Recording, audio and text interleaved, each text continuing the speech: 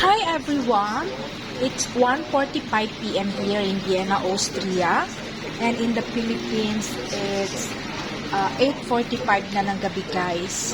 So today, guys, ang niluluto ko ay humba paa. So ayan, guys, request kasi yan ng anak, humba paa.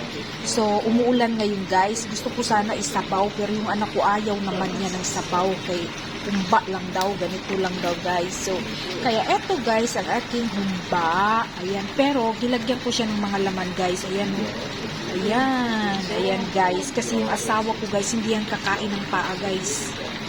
Ewan ko ba dyan sa asawa ko. Hindi yan siya mahilig kumain ng mga buto-buto, paa-paa. So, alam mo naman, guys, tayong Pinoy, mahilig tayo mag-kit-kit. Oh, guys, oh, grabe, kalambot, oh. Halos, oh. Grabe ang lambot, guys, oh. Sobrang lambot na talaga, guys. So, eto, guys, ang aming lunch for today. Humba. So, paano ba naman tayo mangyayat nito, guys? Sige lang tayo, sabi ng diet. Ano ka ba naman makadiet, guys? Kung ganito ang ulam. Ay, na lang. So, eto, guys, ang aming ulam for today. And, of course, guys, pag ganito ang ulam natin, natural, rice is life. So, ito, guys, babu!